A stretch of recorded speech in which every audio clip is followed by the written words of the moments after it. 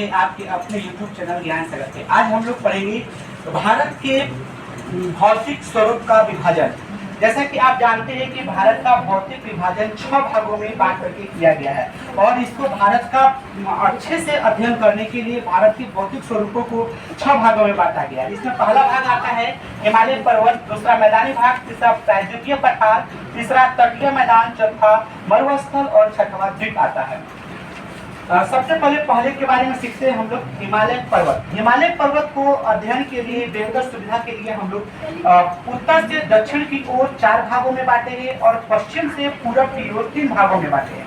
उत्तर से दक्षिण की ओर के क्रम में आपको पहला हिमालय आता है श्रेणी फ्रांस हिमालय, दूसरा महान हिमालय, तीसरा लघु हिमालय और चौथा शिवालिक। उत्तर पूरब पश्चिम से पूरब की ओर हिमालय के विभाजन, पश्चिम से पूरब, पश्चिम इधर है, पूरब इधर है, पश्चिम से पूरब की ओर हिमालय को 3 भागों में बांटा गया है। पहला है पंजाब का मैदान, दूसरा है गंगा का मैदान और तीसरा है ब्रह्मपुत्र का मैदान, जिसे असम का मैदान भी कहते हैं। तो ये रहा आपका भारत का मैप, जिसमें हम लोग अभी हिमालय पर्वत के बारे में पढ़े।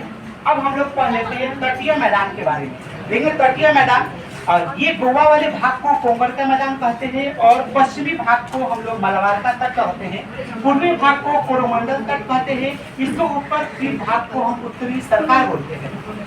इसके बाद हम लोग पढ़ेंगे ये जो तटीय मैदान थे, तटीय मैदान के बाद जो बीच में जो कुछ भी बच गए हैं उसको बोलते हैं प्रायद्वीपीय पठार। प्रायद्वीपीय पठार के अंतर्गत तो वैसे भाग आएंगे जो समुद्र से सटे न हो, जैसे छत्तीसगढ़, बिहार, झारखंड, मध्य प्रदेश, तेलंगाना। इसके बाद हम लोग यहाँ पे मरुस्थल के बारे में पढ़ेंगे, जो कि राजस्थान में पाया जाता है। राजस्थान में थार मरुस्थल पाए जाते हैं। यहाँ पे पानी कम पाया जाता है और वन भी कम पाए जाते हैं, क्योंकि यहाँ पे पानी की सुविधा नहीं होने का। और एकमात्र नदी है लूनी नदी, और इस राज्य में पानी की सुविधा के लिए एक नहर निकालेगा जिसका नाम है इंदिरा गांधी नहर। तो थार मरुस्थल हम लोग का राजस्थान में है।